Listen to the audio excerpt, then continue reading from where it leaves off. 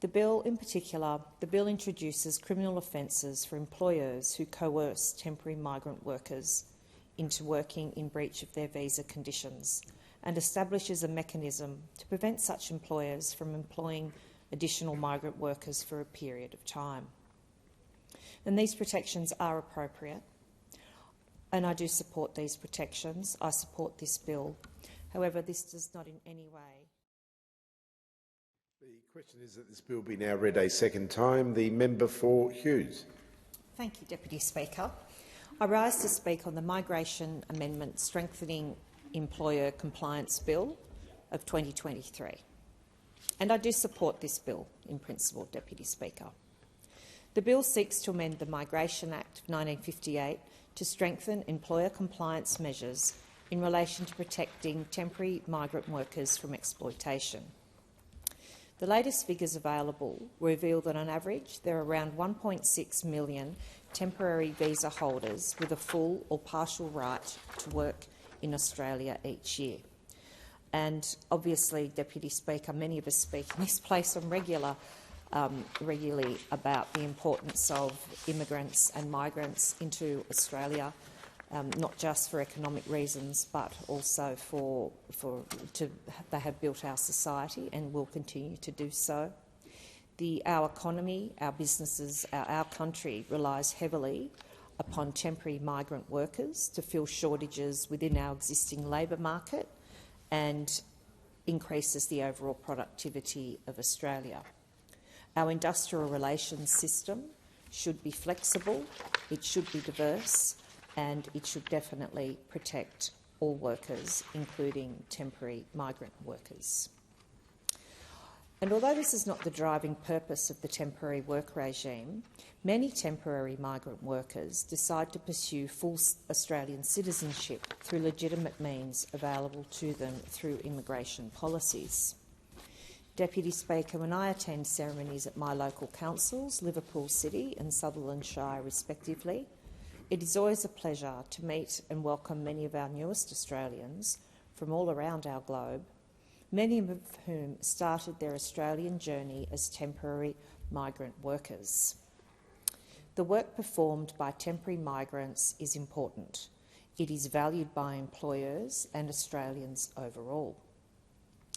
Temporary migrant workers have predominantly worked in areas of agriculture, food production, meat processing, but they've also been required when our economy has needed it, when individual employers have needed it, in a full range of various goods and services across our economy. Employers value employees as a rule.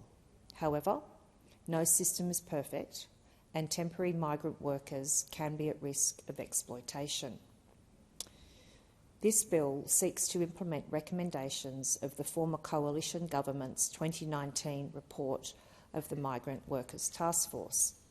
And I think it's important that it is remembered, Deputy Speaker, that the task force was established in 2016 under a coalition government to identify proposals for improvements in the law enforcement and investigation and other practical measures to identify and rectify cases of migrant worker exploitation.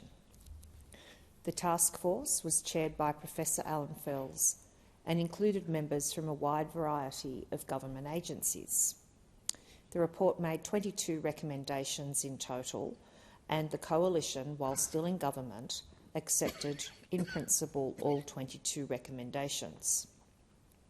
The stated purpose of this bill is to implement particularly recommendations 19 and 20 of the task force's report. And this bill includes some measures contained in the Migration Amendment Protecting Migrant Workers Bill of 2021. So this was work which was commenced under the former coalition government. The bill introduces criminal offences for employers who coerce temporary migrant workers into working in breach of their visa conditions and establishes a mechanism to prevent such employers from employing additional migrant workers for a period of time. And these protections are appropriate, and I do support these protections. I support this bill. However, this does not in any way mean that I am saying that the vast majority of employers, or indeed a very large minority of employers, exploit their temporary workers. The bill also provides measures to deter employers from exploiting temporary migrant workers, including mechanisms to encourage voluntary compliance and increase penalties for breaches of relevant workplace laws. There are also amendments introduced to remove some of the disincentives for temporary migrant workers to report exploitation, where currently they may fear that their visa status would be in jeopardy if they did so. And therefore, Deputy Speaker, these all are appropriate measures. Temporary migrant workers form a very important part of our national economy and workforce. Overall, they are valued and supported by their employers. It is appropriate that these workers are afforded the full legal protections to guard against some opportunities that may exist for exploitation. Migrants, and including temporary migrants, have helped to build our country and will continue to do so into the future.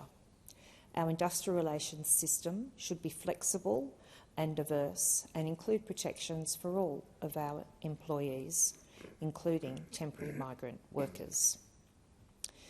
These temporary migrant workers and having a viable and diverse workplace allows businesses to adjust their individual workforces when needed to meet the inevitable ebbs and flows in demand for goods and services across the country.